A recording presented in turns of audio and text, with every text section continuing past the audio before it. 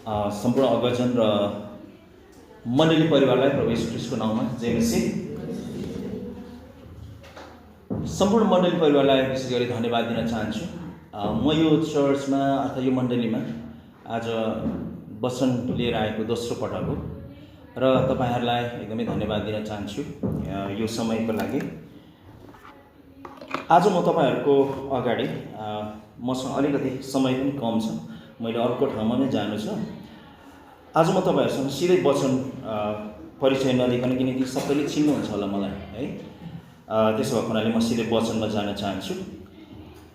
र आजको वचन चाहिँ मैले कुनै एकदमै गहिरो भाष थियोलोजिकल वचन लिएर आएको छैन। मैले एकदमै प्र्याक्टिकल व्यवहारिक जीवनमा लागू हुने वचन लिएर आएको छु र मेरो आजको वचनको शीर्षक छ बोलीको शक्ति र त्यसको प्रभाव है।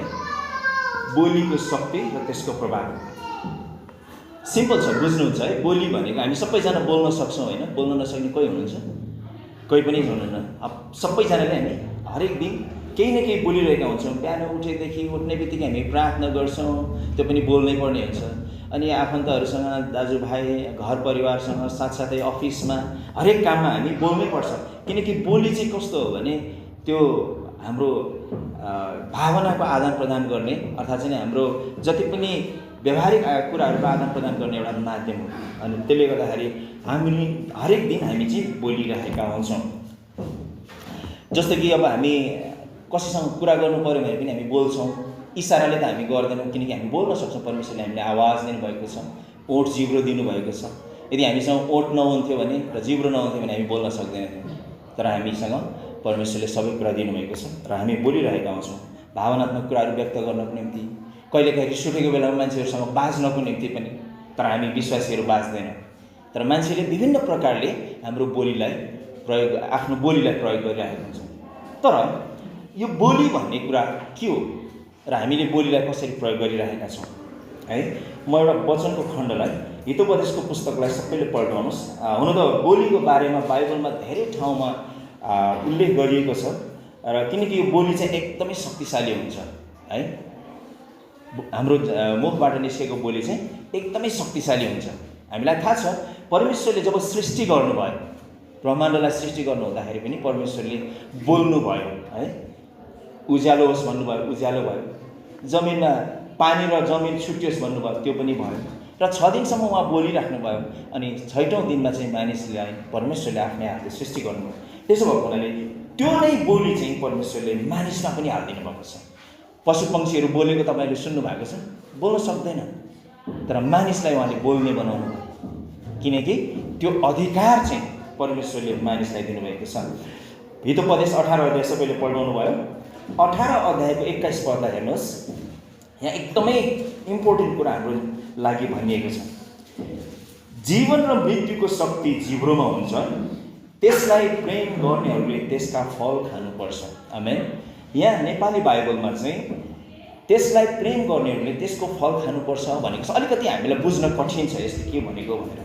तर इङ्ग्लिस र हिन्दीमा हामीले हेऱ्यौँ भनेदेखि चाहिँ जसले उचित प्रकारले त्यसलाई प्रयोग गर्छ त्यसले त्यही अनुसारको इनाम पाउँछ भनेको छ, अर्थात् फल पाउँछ भनेर भनेको छ है। यहाँ दुईवटा कुराहरू छन् 21 पदमा। जीवन र मृत्युको शक्ति चाहिँ जिब्रोमा हुन्छ। के हुन्छ? जीवन र मृत्युको शक्ति चाहिँ मानिसको जिब्रोमा। जिब्रो भनेको के हो? बोलीमा हुन्छ। जिब्रो नभइकन बोली आउँदैन। त्यसले गर्दाखेरि यहाँ जिब्रो भनेर लेखिएको छ। तर हाम्रो बोलीबाट चाहिँ मानिसलाई हामीले जीवन पनि दिन सक्छौँ र मृत्यु पनि दिन सक्छौँ है। अब जीवन कसरी दिने र मृत्यु कसरी दिने, मैले यहाँ सानो नोट बनाएर लिएर आएको छु। जस्तो कि यसको अर्थ चाहिँ के त भन्दा बोलीले मानिसलाई जीवन दिन सक्छ, जीवन मार्न पनि सक्छ। जस्तो उदाहरणको लागि निराश भएको एकजना मानिसलाई अब हामीले कसरी भन्छौँ त, तिमी सधैँ निराश भएर बस्छौ, तिमीलाई देख्दा त मलाई पनि कस्तो निराश हुन्छु भनेर भन्यो भने त्यो मान्छे उत्साहित हुन्छ होला कि झन् निराश हुन्छ होला होइन? झन् निराश हुन्छ नि होइन? तर हामीले उसलाई के भन्ने, हामीले समय सधैँ एकलास हुँदैन, रातपछि दिन आउँछ भनेर हौसला दियौँ। अर्थात् निराश नहुनु, अर्थात् चाहिँ हामी तिमीलाई के सहयोग चाहिन्छ सहयोग गर्छौँ भन्यो भने उसलाई के हुन्छ त भन्दाखेरि एकदमै हौसला मिल्छ होइन। कसैलाई चाहिँ निराश भएको मान्छेलाई तपाईँले पैसा दिनु भएर हुँदैन। उसलाई चाहिँ बोली नै चाहिन्छ, हौसलाको शब्दहरू चाहिन्छ, शान्ति र आनन्दको शब्दहरू चाहिन्छ। तपाईँको अँगालोको उसलाई जरुरत पर्दछ। तपाईँले अँगालो मारेर उसलाई थपथपाउँदै सम्झाउनु भयो, मिठा मिठा कुराहरू बताउनु भयो, अथवा उसलाई भविष्यको कुराहरू बताउनु भयो। यी साना साना झिना मसिना कुराहरूलाई चाहिँ तपाईँले अहिले वास्ता नगर्नुहोस्। अहिलेको समस्या के हो तपाईँ भन्नुहोस्, किनकि समय सधैँ एकनाश हुँदैन, दुःख कष्ट बितेर जान्छ, हरेक कुरा अस्थिर छ यो संसारमा। तपाईँलाई म प्रेम गर्छु, हामी प्रेम गर्छौँ। अहिलेको वर्तमान अवस्थामा तपाईँलाई के जरुरत छ, के चाहियो, होइन? तर भोको मान्छेलाई चाहिँ फेरि हामीले जतिसुकै मिठो कुरा गरे पनि उसलाई हुँदैन। भोको मान्छेलाई मिठो कुरा गरेर हुन्छ? भोको मान्छेलाई त खाना चाहिएको हुन्छ। अनि हाम्रो बोलीलाई चाहिँ हामीले कुन बेला कहाँ प्रयोग गर्छौँ, कस्तो प्रकारले प्रयोग गर्छौँ? निराश भएको मान्छेलाई चाहिँ हाम्रो बोलीले शान्त, उसलाई जीवन दिने काम गर्छ। अब फ्रस्ट्रेट भएको छ, कसैले धोका दिएको छ उसलाई, उसले जीवनको वास्तविक अर्थ नै गुमाइसकेको छ, बाँच्नुको उद्देश्य जीवनसँग ऊ हारेको छ भने उसलाई चाहिँ हामीले पैसा दियो। उसलाई त्यतिखेर पैसाको काम छैन उसलाई, त्यतिखेर चाहिँ हाम्रो बोलीको काम छ। हाम्रो बोलीले चाहिँ उसलाई सान्त्वनाको बोलीहरू हामीले भन्यो भने उसलाई त्यो शब्दहरूले उसको हृदय छुन्छ, है? अनि हामीले त्यसको अलावा चाहिँ हामीले यो मान्छे के साह्रो निराश भएको भनेर एकचोटि एउटा सानो घटना पनि घटेको छ मेरो जीवनमा। 1999 तिर म कुवेत भन्ने देशमा थिएँ। एकजना भाइ नेपालबाट जानुभयो, उहाँ चाहिँ काम होमसिक भयो, फ्रस्ट्रेट भयो। म त्यतिखेर विश्वासी थिइनँ। संसारमा हुँदाखेरि हामी कहिलेकाहीँ ठाडो बोल्छौँ, कडा बोल्छौँ, है? अनि मैले एक दिन उसलाई भने, भाइ के अरे उसको नाम चाहिँ मैले बिर्सेँ, उसको नाम उसलाई चाहिँ मैले, तिमी किन यस्तो साह्रो निराश भएको, होइन? मैले उसलाई तिमी किन यस्तो अँध्यारो लाउनु, मैले उसको के समस्या मलाई थाहा भएन। ऊ एकदमै होमसिक भएको रहेछ। एक दिन भेट भयो, अनि तिमी किन यति साह्रो निराश भएको, किन अँध्यारो अनुहार छ त तिम्रो भनेर भने कि उसलाई त झन् चोट परेछ क्या। अनि एक दिन बाहिर हामी घुम्न जानु लागेको थियौँ, ऊ पनि जाने भयो, अनि हामीले लिएर गयौँ। तर पछि गएर आफ्नै रुममा सुसाइड गर्यो। ऊ एक्लै बस्ने, सबै साथीहरू ड्युटी जाने। उसलाई के खाँचो पर्थ्यो त भन्दाखेरि उसलाई कसैको साथको जरुरत हुन्थ्यो, उसलाई कसैको सान्त्वनाको बोलीको जरुरत पर्थ्यो। उसले पैसा पनि थियो, उसलाई उसँग पैसाको समस्या थिएन, तर के थियो, ऊ निराश भएको थियो, एक्लो भएको थियो। उसलाई घरको याद आएको थियो, बुवा आमाको याद आएको थियो। सानै यङ मान्छे थियो, 19-20 वर्ष। अनि त्यतिखेर चाहिँ यदि त्यहाँ कोही असल मान्छे, काउन्सिलिङ गर्ने मान्छे, असल मान्छेले सम्झाउने मान्छे त्यहाँ भएको थियो भने सायद त्यो मान्छेको जीवन बाँच्थ्यो होला, है? अनि यहाँ वचनले भन्छ जीवन र मृत्युको शक्ति चाहिँ जिब्रोमा हुन्छ। अनि एकजना मान्छेले त्यतिखेर भनेको थियो, साँच्चै एकजना मान्छेले उसलाई चाहिँ घुम्न जाँदाखेरि तिमी त नजाऊ, कस्तो अँध्यारो, तिमी एकदमै उजाड, एकदमै निराश भइरहेको छौ, नजाऊ। मान्छेले देख्दाखेरि पनि के भन्छ त्यस्तो भने क्या उसले। अनि ऊ गएन, पछाडि 1-2 दिनमा ऊ चाहिँ निराश भएर ऊ सुसाइड गर्यो। हामी विश्वासी भएर नि कस्तो प्रकारले बोल्छौँ, मानिसलाई कुन अवस्थामा, हामी त्यही अवस्थामा हाम्रै बोलीले जीवन पनि दिन सक्छ, त्यही अवस्थामा हाम्रै बोलीले मृत्यु पनि ल्याउन सक्छ। सान्त्वनाको कुराहरू, आशाको कुराहरू, हौसलाको कुराहरू हामीले बोल्यौँ भने त्यही मान्छे फेरि नयाँ भएर आउन सक्छ, उसको अनुहारमा उज्यालो आउन सक्छ। तर त्यही मान्छेलाई हामीले नै निराशका कुराहरू, तिमीले त केही गर्न सक्दैन, सबै मान्छे काम गरिरहेछ, तिमी चाहिँ के साह्रो निराश भएको। सबैको भावना एउटै हुँदैन, कोही कमजोर हुन्छ भावनामा, कोही कठोर हुन्छ, कोही स्ट्रङ हुन्छ। त्यही भएर हामी जब मण्डलीका अगुवाहरू हुन्छौँ र हामीले चाहिँ मान्छेलाई चिन्न सक्नुपर्छ, ऊ कस्तो खालको भावना भएको मान्छे हो, कमजोर भावना भएको मान्छे हो कि स्ट्रङ भावना अथवा बलियो भावना भएको मान्छे हो, उसलाई सानोतिनो कुराहरूले वास्ता फरक नपार्ने खालको मान्छे हो कि होइन। हामीले मान्छेको मनोभावनालाई एकदमै बुझ्नु जरुरी छ। मान्छेको मनोभावना नबुझिकन हामीले जे पाए त्यही बोल्यौँ भने उसलाई कतिखेर कहाँ उसलाई ठेस परेको हुन्छ हामीले बुझ्न सक्दैनौँ। त्यसले गर्दाखेरि उसको जीवनको अन्त्य पनि हुनसक्छ, है। अनि एउटै पानीको मूलबाट दुई खालको पानी, मिठो र तितो पानी बग्दैन भनेर वचनमा प्रभुले भन्नुभएको छ। अनि हामी विश्वासी भयो भने चाहिँ हाम्रो मुखबाट चाहिँ जहिले पनि आनन्दका कुराहरू, शान्तिका कुराहरू, हौसलाका कुराहरू, होइन, अनि उसलाई चाहिँ इन्करेज गर्ने कुराहरू मानिसहरूलाई हामीले बोल्नु जरुरी छ।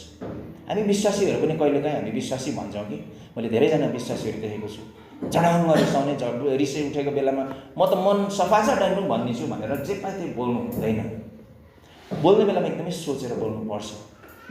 त्यो बोलीले उसलाई कस्तो अवस्थामा छ, पहिला हामीले बोल्दाखेरि हाम्रो सामने भएको मान्छेको अवस्था के छ, ऊ कस्तो खालको उसको चाहना के छ, ऊ कुन परिस्थितिबाट गुजिरहेको छ, त्यो हामीले राम्रोसित अब्जर्भ नगरिकन हामीले प्याच्चै बोल्यो भने त्यो उसले कहिल्यै जीवनमा नबिर्सिने गरी घाउ पनि हुनसक्छ है। अनि हामीले चाहिँ एउटै वचनले हामीलाई कहिल्यै उसले नभेट्ने, कहिल्यै अनुहारै हेर्न नचाहने पनि मान्छेलाई बनाउन सक्छौँ र हाम्रै वचनले उसले सधैँ हामीलाई फलो गर्ने पनि हामी बनाउन सक्छौँ। यो बोलीमा सन्देश। आमेन आमेन। बुझ्दै हुनुहुन्छ तपाईँहरू कि अल्छी लागिरहेछ कि? म अब अझै इन्ट्रेस्टिङ कुराहरू तपाईँहरूको अगाडि ल्याउँदैछु। हाम्रो गाउँमा पहिला स्कुलमा चाहिँ हामी सरकारी स्कुल पढेको, शिक्षकहरूले चाहिँ अब छडी लाउने चलन हुन्थ्यो नि त, अनि गाली गर्ने होइन हुन्छ नि। अनि विद्यार्थीहरूलाई चाहिँ कस्तो हुन्छ भने साना साना केटाकेटीहरूलाई चाहिँ त्यो कुराहरू खासै फरक पर्दैन है, किनकि उनीहरूले बुझ्दैनन् नि त। उनीहरूले सरले कुट्छ मलाई गाली गर्छ भने, तर अलिक जब ठुलो क्लासमा पुगिन्छ नि अनि टिचरहरूले भनेको कुराहरू त्यो कुरा बुझ्न थालिन्छ अनि त्यो कुराहरू ठ्याक्क याद आउँछ। मलाई पनि त्यस्तै कुराहरू धेरै कुराहरू याद छ, सरहरूले भनेको कुराहरू। अनि म चाहिँ भने चाहिँ पढाइमा एकदमै ट्यालेन्ट थिएँ, अनि सरहरूले जहिले पनि मलाई हौसला दिने क्या। अनि मलाई चाहिँ अझ राम्रो, म चाहिँ क्लासमा सधैँ फर्स्ट हुन्थेँ।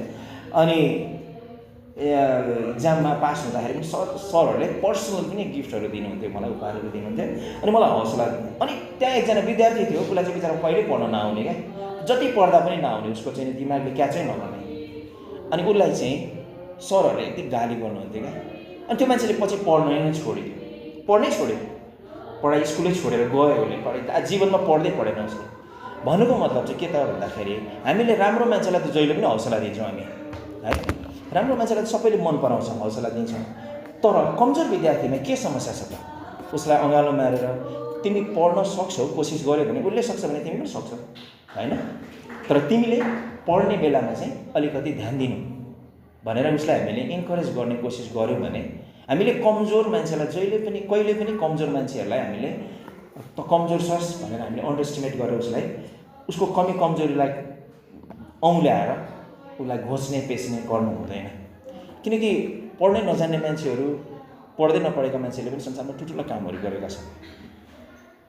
त्यो भएको हुनाले हाम्रो बोलीले मानिसलाई ठुलो जीवन दिने र मृत्यु ल्याउने काम गर्छ। अब दोस्रो खण्डमा, यही वचनको दोस्रो खण्डमा के भनेको छ भन्दाखेरि त्यसले त्यसको फल खानुपर्छ, त्यसलाई प्रेम गर्नेहरूले त्यसको फल खानुपर्छ भनेर बाइबलमा, नेपाली बाइबलमा उल्था गरिएको छ। अघि मैले भने यसको मिनिङ चाहिँ त्यो वचनलाई, हाम्रो बोलीलाई प्रयोग गर्ने कुन प्रकारले प्रयोग गर्छ त्यही प्रकारको फल उसले खान्छ भनेको यसको अर्थ चाहिँ। यसको मतलब चाहिँ हामीले, मैले यहाँ नोट गरेको छु किनभने तपाईँलाई अझ प्रष्ट होस् भनेर, हामीले आफ्नो वचनलाई जसरी प्रयोग गर्छौँ त्यस्तै फल पाउँछौँ। जस्तै कसैलाई हामी तिमीले राम्रो काम गर्यौ भन्छौँ भन्दाखेरि कस्तो प्रभाव पर्छ र तिमीले गर्यौ तर तिम्रो भाग्यले तिमी सफल भयो भन्नु र होइन, तिमीले कडा मेहनत गर्यौ भन्नु चाहिँ असल हो होइन। तिमीले कडा मेहनत गर्यौ र तिमीले सफल भयौ, तिम्रो भाग्यले हो, तिमीले जस्तो त तिमीले भन्दा राम्रो राम्रो काम त अरूले पनि गरेको छ नि भन्यो भने त उसलाई हौसला भएन नि होइन त। उसले जब सफलता पाउँछ हामीले त्यतिखेर ल एकदमै बधाई छ, तिमीले राम्रो काम गर्यौ र गर्दै जानु, झन् ठुल्ठुलो काम गर्दै जानु भनेर हामीले भन्यो भने ऊ हौसला, उसलाई अझ उत्प्रेरित हुन्छ अरू काम गर्नुको निम्ति, नयाँ काम गर्नुको निम्ति, सफलताको बाटोमा अगाडि बढ्नुको निम्ति। तर उसलाई हामीले त्यहीँ चाहिँ घाँटी निमट्ने काम गर्यो भने उसले के गर्छ, फेरि त्यो काममा ध्यान दिन छोड्छ। जस्तो कि मैले भने जस्तै यस्तो काम त अरूले पनि गरिहाल्छ नि, तिमीले झन्दा सफल मान्छेहरू पनि छ भनेर हामीले भन्यो भने त्यो चाहिँ उसलाई हौसला भएन। त्यो चाहिँ हामीले उसलाई निरुत्साहित गर्ने काम गर्यौँ।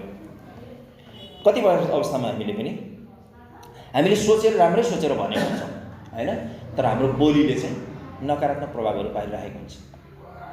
त्यो कुरा हामी व्यक्तिगत जीवनमा अथवा व्यावहारिक जीवनमा पनि हामीले कतिपय ठाउँहरूमा देखिरहेका हुन्छौँ र सुनिरहेका हुन्छौँ।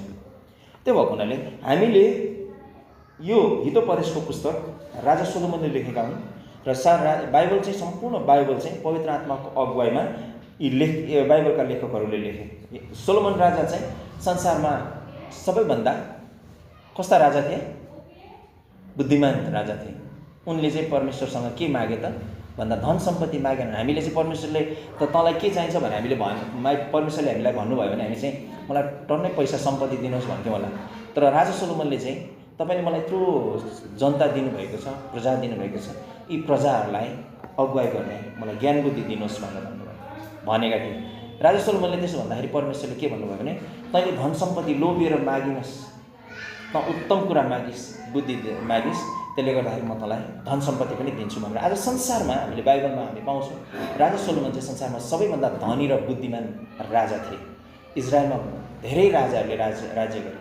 राजा दाउद, सोलोमन राजाको बाबा र सोलोमन राजाको बुवा दाउद राजा भन्दा पनि सोलोमन चाहिँ धनी र बुद्धिमान राजा थिए। उनले लेखेको पवित्र आत्माको अगुवाईमा र जीवन र मृत्युको शक्ति जिब्रोमा हुन्छ र त्यसलाई प्रयोग गर्नेहरू अथवा प्रेम गर्नेहरूले चाहिँ त्यसको फल अर्थात् त्यसको चाहिँ प्रतिफल हामीले पाउनुपर्छ। तर हामीले आफ्नो बोली वचनहरूलाई प्रयोग गर्दा, हामी अरूको निम्ति बोल्दा एकदमै सोचेर उसको अवस्थालाई विचार गरेर बोल्नु एकदमै आवश्यक छ। एफिसीको पुस्तक 4 अध्यायको 29 पदमा हामी जाउँ। एफिसी 4 अध्यायको 29 पदमा यहाँनिर चाहिँ 29 पदमा हामी कहिले हाम्रो रिसको झन्कोमा मलाई लाग्छ विश्वासीहरूले त त्यसो गर्नुहुन्न होला र म पनि गर्दिनँ। मैले पनि प्रभुलाई पाएको 25 वर्ष भयो अहिले। 2000मा मैले प्रभुलाई विश्वास गरेँ कुवेत भन्ने देशमा र त्यहाँदेखि चाहिँ मैले बोली वचनहरू, त्योभन्दा पहिला त हामी साथीहरूको लैलैमा विभिन्न बोलेर हिँड्थ्यौँ, विभिन्न प्रकारका वचनहरू निकाल्थ्यौँ यही मुखबाट, जे पाए त्यही पनि खाने। अनि यो मुखको चाहिँ कुनै कन्ट्रोल थिएन होइन, खानेकुरामा पनि कन्ट्रोल थिएन र बोल्ने कुरामा पनि कन्ट्रोल थिएन। तर जब मैले ख्रिस्टलाई मेरो मुक्तिदाता भनेर ग्रहण गरेँ त्यहाँदेखि चाहिँ ममा परिवर्तन आयो, खानेकुरामा, बोल्ने कुरामा। अनि यहाँ के भनिएको छ भने हेर्नुहोस् है, तपाईँहरूले बाइबललाई ध्यान दिनुहोस् ल, वचनलाई। तिमीहरूका मुखबाट कुवाक्य ननिस्कियोस्, तर समय सुहाउँदो र सुधार गर्ने मिठो वचन मात्र बोल्ने गर, जसबाट सुन्नेहरूलाई अनुग्रह मिलोस्। आमेन। 30 पदमा अनि परमेश्वरका पवित्र आत्मालाई दुखित नतुल्याऊ, जसमा उहाँका उद्धारका दिनको निम्ति तिमीहरू छाप लगाइएका छौ। आमेन। विशेष गरी 29 पदमा चाहिँ के छ भने तिमीहरूका मुखबाट कुवाक्य ननिस्कोस्, तर समय सुहाउँदो र सुधार गर्ने मिठो वचन मात्र बोल्ने गर, जसबाट सुन्नेहरूलाई अनुग्रह मिलोस्। अब कुवाक्य भनेको के त? कुवाक्य त कति हुन्छ, जस्तो कि गाली, अपमान, झुटो कुरा, दोषारोपण लाउने, अर्कालाई दोष लाउने कुरा, अर्कालाई निन्दा गर्ने, निन्दा भनेको उसको चाहिँ खिसी गर्ने होइन, उसलाई चाहिँ तिरस्कार गर्ने, ईर्ष्या गर्ने र नकारात्मक कुराहरू, उसको मनमा हानि पुर्याउने कुराहरू। यो चाहिँ परमेश्वरको आज्ञा हो, ईश्वरीय आज्ञा हो है। हामीले जब ख्रिस्टलाई, संसारको कुरा हामीलाई मतलब छैन, संसारका मानिसहरू त जे पाए त्यही बोल्छन्। हामी बाटोमा हिँड्दै गर्दा पनि कहिलेकाहीँ झुक्किएर त्यस्ता कुराहरू सुन्ने गर्छ, हामीलाई अनौठो लाग्छ, अचम्म लाग्छ, कसरी बोल्न सकेको होला त्यस्तो शब्दहरू होइन। हामीले झुक्किएर कहिलेकाहीँ सुनिपठाउँछौँ नि त त्यस्तो कुराहरू होइन, अनौठो लाग्छ क्या, अरे कस्तो बोलेको होला होइन। किनकि हामीले त्यो कुराबाट हामी धेरै टाढा पुगिसकेका छौँ, त्यो कुरा हामीले नसुनेको धेरै वर्ष भइसकेको छ। तर हामी अनएक्सपेक्टेड यहाँ नेपालमा त झन् अब हामी धेरै जसो अरू अन्य जातिहरूसँगै हामी उठबस गर्नुपर्ने हुन्छ। त्यो भएको हुनाले गर्दाखेरि त्यस्ता कुराहरू हामी सुनिहाल्छौँ क्या, नचाहेर पनि सुन्छौँ। अनि यस्ता नकारात्मक कुराहरूले चाहिँ मानिसहरूलाई के गराउँछ? रिस उठाउँछ, तितोपन जगाउँछ, मनमा ठेस पुर्याउँछ। अनि हामी ख्रिस्टको परिचय दियौँ त, ख्रिस्टको अनुयायी हामी हौँ भनेर हामीले हाम्रो परिचयकै, हाम्रो गवाई सुधार्यौँ कि बिगार्यौँ?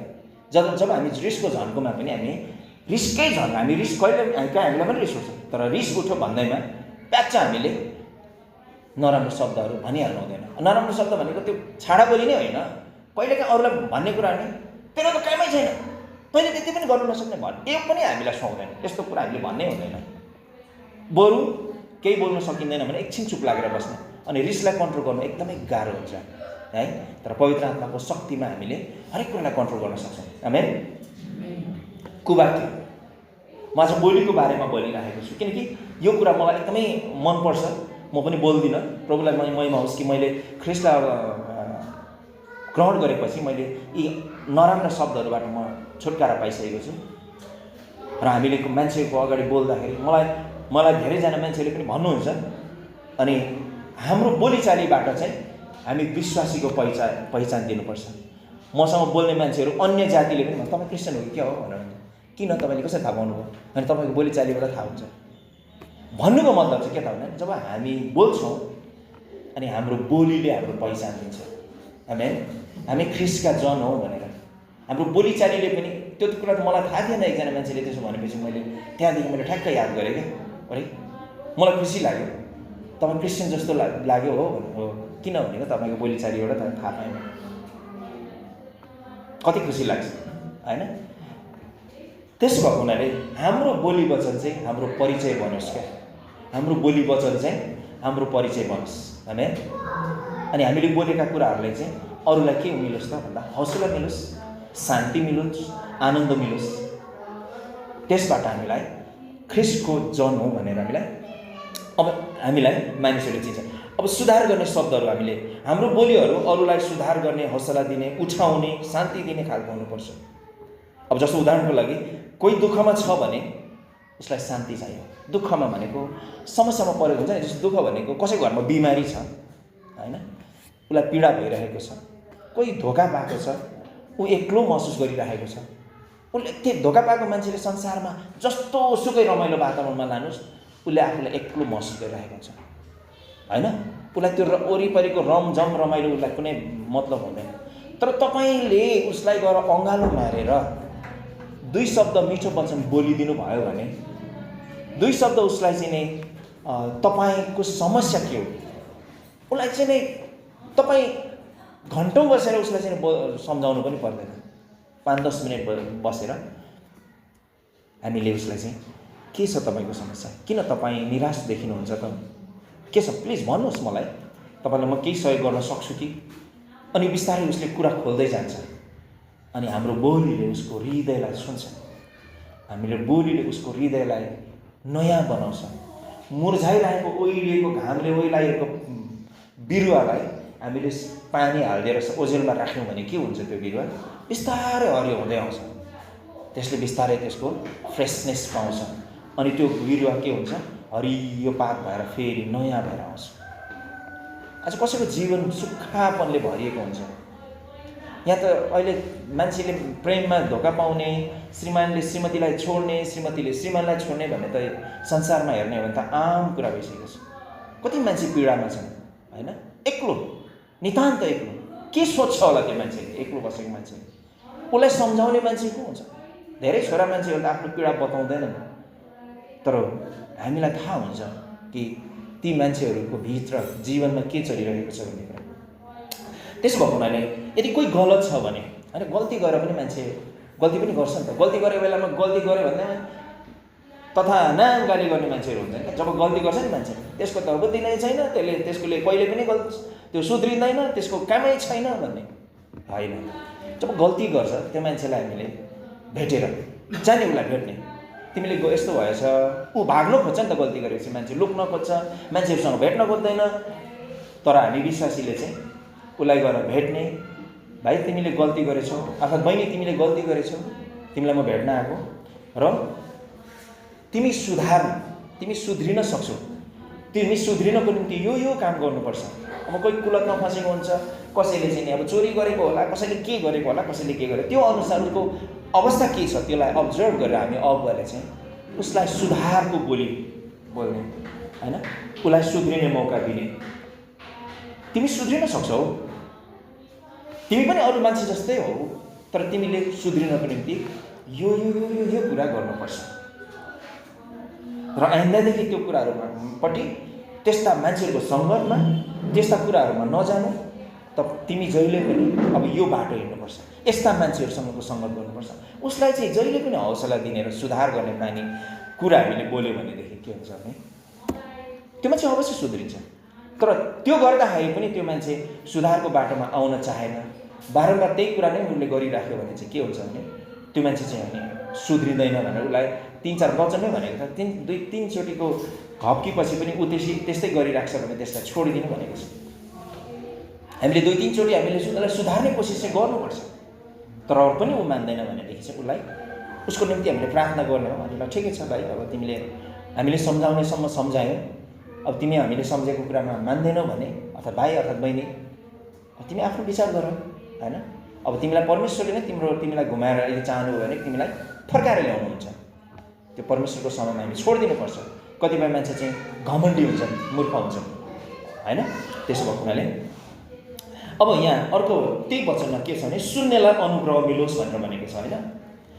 अब अनुग्रह भनेको चाहिँ के हो त भन्दा अनुग्रहको अर्थ चाहिँ एकदम विशेष दया हो क्या अनुग्रह है। हामी माया त गर्छौँ, सबैलाई प्रेम गर्छौँ, बराबर लाग्छ, सबैजना उस्तै देखिन्छ, तर कसैप्रति चाहिँ म एकदमै उसलाई चाहिँ विशेष केयर गर्छु भने त्यो चाहिँ अनुग्रह है। परमेश्वरले हामीलाई प्रेम गर्नुहुन्छ नि, तर परमेश्वरले हामीलाई अनुग्रह पनि गर्नुहुन्छ। प्रेम मात्रै होइन, परमेश्वरको चाहिँ विशेष केयर छ क्या हामीप्रति, विशेष क्या स्पेसल केयर, फुल्ली दया। उहाँ चाहिँ 10 चोटि माया गर्नुहुन्छ, 10 चोटि। हामीले यहाँ वचनमा त अहिले भर्खर मैले पनि भने 3 चोटि उसलाई सम्झाउने, सकेन भने उसलाई छोडिदिने, उसको निम्ति प्रार्थना गर्ने। तर परमेश्वरले के भन्नुभएको छ, उहाँ त 7 गुना 77 चोटि चाहिँ उहाँले क्षमा गर्ने मान्छे प्रभु हुनुहुन्छ। उहाँको चाहिँ विशेष केयर छ कि फर्केर आउँछ कि त्यो मान्छेलाई मैले 10 चोटि भने पो मान्छ कि प्रभु चाहिँ झकझकाइराख्नुहुन्छ क्या, झकझकाइराख्नुहुन्छ। यो चाहिँ विशेष अनुग्रह। अनुग्रहको अर्थ चाहिँ उहाँले त्याग्न चाहनुहुन्न क्या। मूर्ख घमण्डी भएर नसुनिकन बटारिएर हिँड्छ भने पनि त्यसलाई पनि प्रेम गर्ने क्या। अनि परमेश्वरको अनुग्रहले चाहिँ आज हामीले मुक्ति पाएका छौँ। हामी हट्ठी जाति थियौँ है। त्यो भएको हुनाले गर्दाखेरि अनुग्रह चाहिँ प्रेम, दया, क्षमा, शान्ति, आत्मिक हाम्रो बोली परमेश्वरको अनुग्रह झल्काउने खालको हुनुपर्छ, जसले सुन्ने व्यक्तिको आत्मा है। हाम्रो बोली चाहिँ परमेश्वरको अनुग्रह झल्किने खालको हुनुपर्छ। परमेश्वरले हजारौँ पटक माया गर्नुहुन्छ नि, 100औं चोटि पनि क्षमा दिनुहुन्छ। हामीलाई कतिचोटि क्षमा दिइसक्नु भएको छ। तपाईँहरू आफै अनुभव गरेर विचार गर्नुहोस्, यसो सोच्नुहोस्, आँखा चिम्लेर सोच्नुहोस् त, परमेश्वरले हामीलाई कतिचोटि क्षमा दिइसक्नु भयो। प्रभुमा आइकन पनि है, मैले भनेको प्रभुमा आइकन पनि कतिचोटि तपाईँलाई हामी परमेश्वरले क्षमा दिइसक्नु भयो। हामीलाई हाम्रो जीवनमा हामीले कतिपय अवस्थामा हामी रिसाउँछौँ, हामी अर्काको निम्ति चाहिँ अरूप्रति पनि त्यो ईर्ष्या गर्छौँ, तर ती कुरामा परमेश्वरले हामीलाई क्षमा दिइराख्नु भएको छ। त्यो चाहिँ परमेश्वरको अनुग्रह। हामी कहिले पनि सिद्ध भइसकेका छैनौँ, सिद्ध हुने प्रोसेसमा छौँ, तापनि परमेश्वरले हरेक दिन क्षमा गर्नुहुन्छ है। त्यो परमेश्वरको सिस्टम है। अनि त्यो हाम्रो शब्दहरूले चाहिँ मान्छेको हृदयलाई यस्तो प्रकारको शान्ति दिन्छ है। केही समस्यामा परेको मान्छेलाई समाधानका उपायहरू बताइदिने, किनकि सबै मान्छेहरूसँग समस्यामा परेको बेला मान्छेहरूसँग आइडियाहरू पनि आउँदैन, के गर्ने कसो गर्ने झन् कन्फ्युजमा हुन्छ। अनि कोही मान्छे चाहिँ समस्यामा परेको बेला टक टक टक आइडिया निकालेर आफै समाधान गर्न सक्ने हुन्छ, तर सबै मान्छे त्यस्तो जिनिस हुँदैन। तर धेरै मान्छेहरूलाई चाहिँ समस्यामा परेको बेलामा अरूको सहायताको जरुरत हुन्छ।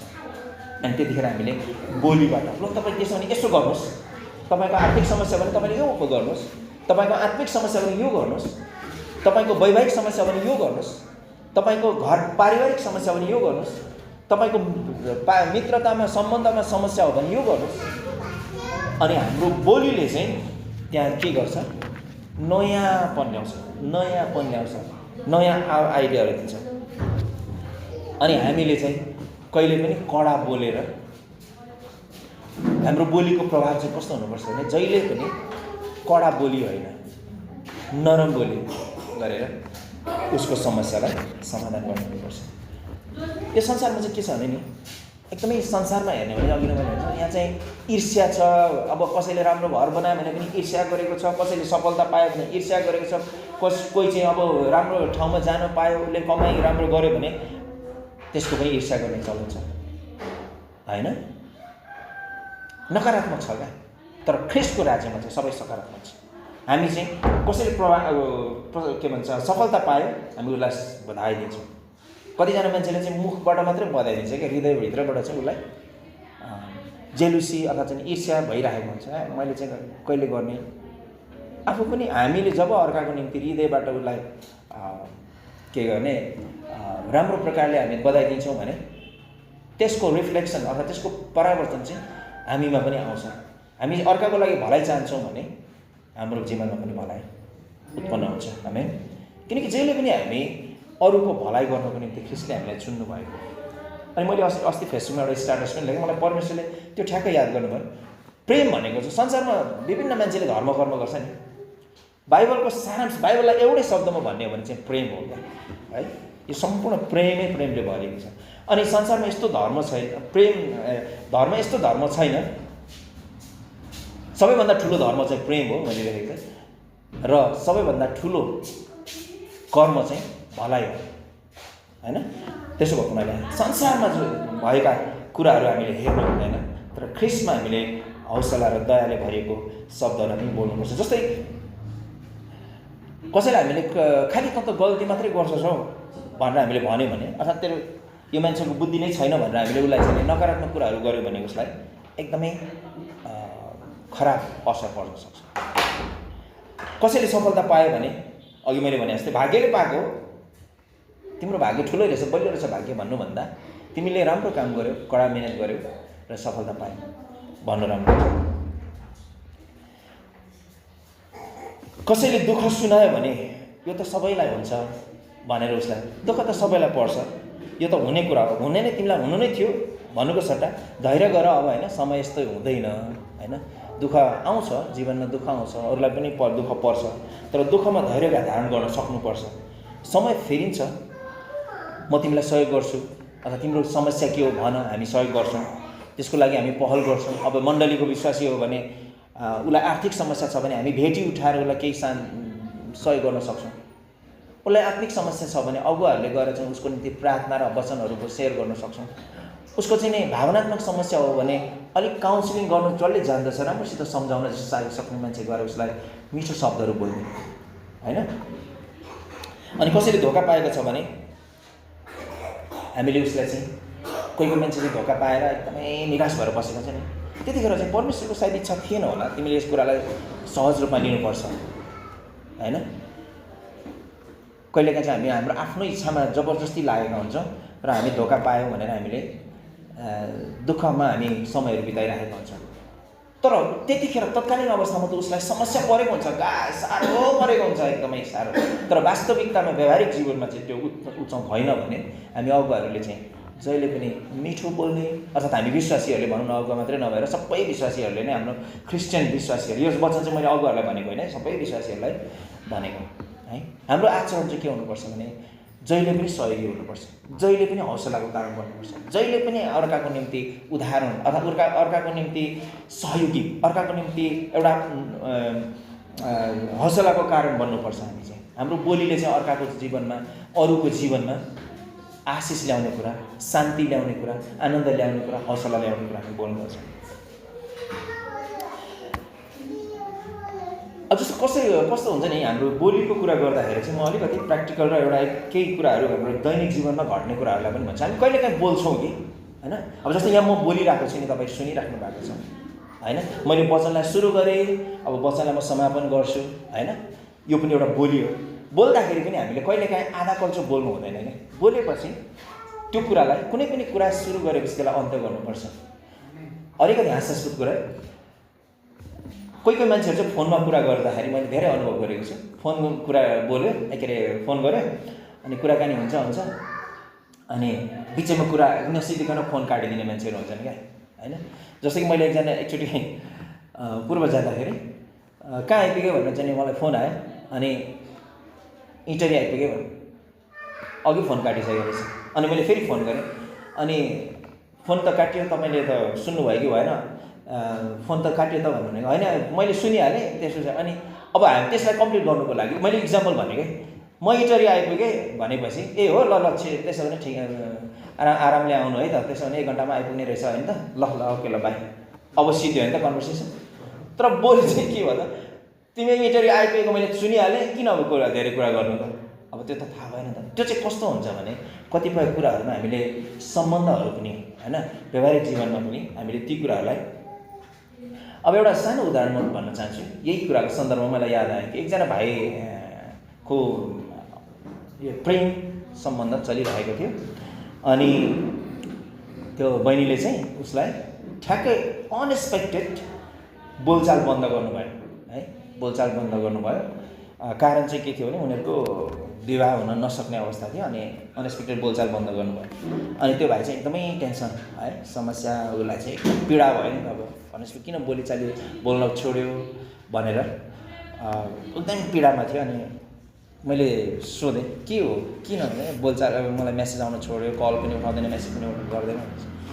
अनि मैले सोचेँ कि मान्छेहरू कस्तो हुन्छन् भने त्यो अब यदि त्यो कुरालाई समाधान गर्नुको निम्ति दुवैजना बसेर ल हामी अब अगाडि हामी बढ्न सक्दैनौँ। अब त्यो बहिनीले के सोच्यो होइन, अब मैले उसलाई चाहिँ म यो मान्छेसँग म के अरे अब सम्बन्धलाई अगाडि बढाउँदिनँ भनेर चाहिँ उसले यहाँ मैले छोडिदिएँ भने ऊ आफ्नो बाटो लाग्छ भनेर सोच्यो कि या चाहिँ अब उसले आफ्नो अर्कै संसार बसायो र उसले इजिली उसलाई बिर्सिदियो, त्यो कुरा मलाई थाहा छैन। तर के त भन्दाखेरि उनीहरू दुईजनामा यदि उनीहरू विश्वासी हो फेरि होइन, तर उनीहरू दुईजनामा यदि कन्भर्सेसन राम्रो गरेर ल ठिकै छ अब यस्तो यस्तो परिस्थिति आयो, हाम्रो जिन्दगी अगाडि हामी सँगै बढाउन सक्ने अवस्था छैन, कारणहरू यो हुन्, हामी ग्रोन मेच्योर्ड छौँ, हामी कुरा बुझ्छौँ, प्रभुको इच्छा थिएन होला भनेर चाहिँ हामी एक कुरालाई स्वीकार गरौँ र तपाईँ पनि खुसी खुसी आफ्नो बाटो अगाडि बढाउनुहोस् र हामी बोल्न सक्छौँ, भेट्न पनि सक्छौँ, तर हाम्रो जिन्दगीको सँगै सहयात्रा गर्ने कुरा चाहिँ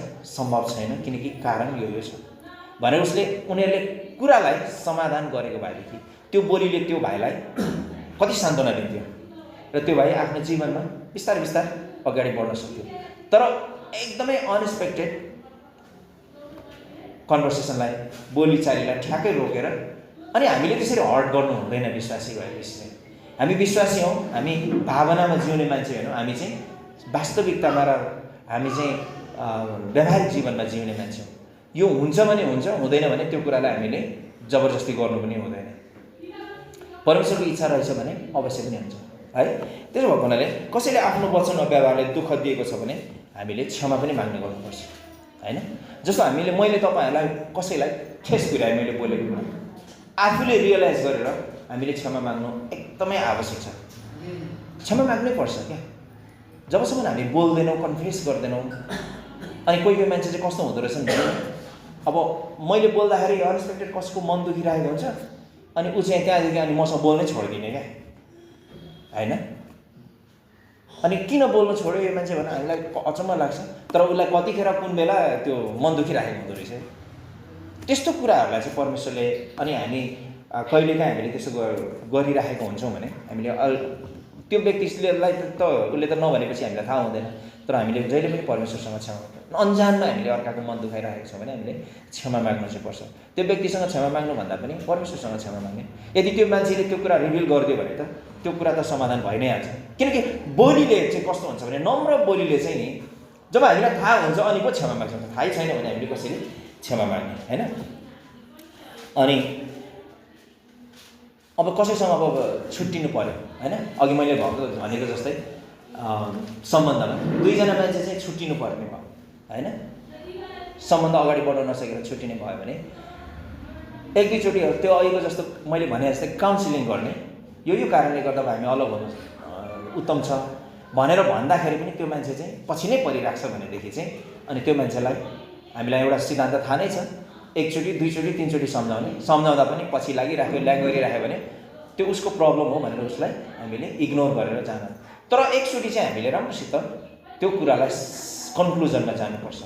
अनि त्यो हाम्रो जब हामी हृदयबाट सबै कुराहरूलाई निकाल्छौँ, बोल्छौँ, जब हामी बोल्छौँ अर्काको हृदयमा त्यो कुराहरू पुग्छ, उसले कानले सुन्छ र हृदयमा पुग्छ। त्यसले गर्दाखेरि हाम्रो बोलीले चाहिँ हरेक कुरा समाधान गर्छ। नम्र वचनले क्रोधलाई शान्त पार्छ भन्छ। म तपाईँहरूलाई एक दुईवटा पदहरू यहाँ भनेर म वचनलाई अन्त्य गर्न चाहन्छु। हितोपदेश 15को 1, 2 र 4 के भनिन्छ भने यो अब मैले सबै त भनेको छैन, नम्र जवाफले क्रोधलाई शान्त पार्छ भनेको छ। त्यस्तै याकुबको पुस्तक चाहिँ मलाई एकदमै व्यवहारिक लाग्छ, एकदमै राम्रो लाग्छ। याकुबले चाहिँ जहिले पनि दुईवटा कुरालाई जोड दिन्छन्, विश्वास र काम। हामी विश्वास गर्छौँ तर काम गर्दैन भने काम छैन है। याकुबले पनि के भनेको छ भने जिब्रो पनि एउटा सानो अङ्ग हो तर त्यसले ठुलो अभिमान गर्छ भनेर भनेको छ। मत्तीको पुस्तकमा प्रभु येशूले के भन्नु भने व्यर्थको कुरा जसले बोल्दछ त्यसले लेखा दिनुपर्छ। हेर्नुहोस्, मत्तीको पुस्तक 12 अध्यायको 35-37मा 35देखि 37मा व्यर्थको कुरा बोल्ने, हामीले बोलेको कुराको पनि लेखा दिनु पर्दो रहेछ क्या, हामीले गरेको कुरा मात्रै होइन। प्रभु येशूले खुद भन्नुभयो यो कुरा। हितोपदेश 13को 1देखि 3मा आफ्नो ओठको रखवाली गर्नेले आफ्नै जीवन सुरक्षित पार्छ। ल हेर्नुहोस्, आफ्नो ओठको रखवाली गर्नेले जीवन सुरक्षित पार्छ। हाम्रो बोलीले जीवन नष्ट पनि गर्दो रहेछ। ल हेर्नु, यसको मतलब यही हो। आफ्नो ओठको रखवाली गर्नेले, ओठको रखवाली भनेको आफ्नो बोलीलाई लगाम लगाउनेले, बोलीलाई कन्ट्रोल गर्ने मान्छेले, अर्थात् उचित कुराहरू मात्रै बोल्नेले आफ्नो जीवनलाई सुरक्षित पार्छ।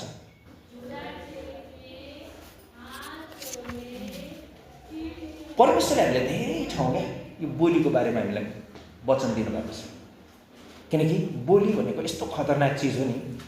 बोलीले, कुकुरले काटेको घाउ निको हुन्छ अरे, तर वचनले काटेको घाउ चाहिँ कहिल्यै निको हुँदैन अरे है। हामीले उखानमा सुनेका छौँ, जब हामीलाई कसैले मन दुख्ने गरी भन्छ नि, हामी याद भइरहेको छ क्या। क्षमा त हामी दिन्छौँ तर कहिले काहीँ याद आउँछ, हो किन भन्नु त? त्यो बिर्सिन्छौँ हामीले, तर त्यतिको त्यो मान्छेले मलाई यस्तो भनेको थियो, त्यो सम्झ्यो कि पीडा हुन्छ, सम्झ्यो कि ठ्याक्कै मुटुमा पीडा हुन्छ क्या बोल्छ। तर हरेक कुराको क्षमा छ परमेश्वरमा। हामी क्षमा दिने मान्छे छौँ, क्षमा दिन्छौँ। तर के त भन्दाखेरि हामीले आफ्नो बोलीलाई चाहिँ एकदमै सोचेर कतिखेर कस्तो वचन बोल्ने। धेरै मान्छेलाई बोल्न मनपर्छ है, धेरै बोल्न मनपर्छ, तर हामीले बोल्दाखेरि कति बोल्ने, कहाँ बोल्ने, किन बोल्ने, कसरी बोल्ने, बोल्ने कि नबोल्ने, अनि हामी बोल्ने ठाउँमा चाहिँ फेरि बोल्नु पनि पर्छ। यहाँ एकजना मान्छेले दुःख सुनाइरहेको छ, हामीले सुने गरेर चुपचाप लागेर हिँड्यो भने त्यो के काम लाग्यो? त्यो मान्छेलाई त केही भएन नि होइन। तर उसको सुनिसकेपछि आफूले उसको लागि केही बोलिदिनै पर्छ। अब यहाँ मैले बोलिरहेको छु, अब कहीँ चाहिँ सुन्ने हुन्छ फेरि त्यहाँ। अब यहाँबाट कसैले वचन बोलिरहेको छ भने त्यतिखेर चाहिँ बोल्ने होइन, सुन्ने होइन। कसैले हौसलाको वचन आफूलाई एउटा सुधारको कुराहरू गरिरहेको छ भने चाहिँ त्यतिखेर चाहिँ हामीले सुन्ने, अनि बोल्ने ठाउँमा बोल्नै पर्छ र नबोल्ने ठाउँमा चुप बस्नुपर्छ है। आजको वचनले तपाईँहरूलाई केही सान्त्वना र केही व्यवहारिक ज्ञान शिक्षा दियो भन्ने मलाई लाग्छ। र हामी विश्वासी चाहिँ हाम्रो बोली वचनलाई एकदमै सोचेर कन्ट्रोल गरेर बोल्नुपर्छ भनेर म तपाईँहरूसँग बिदा हुन चाहन्छु। परमेश्वरले हामी सबैलाई आशिष दिनुभएको होस्।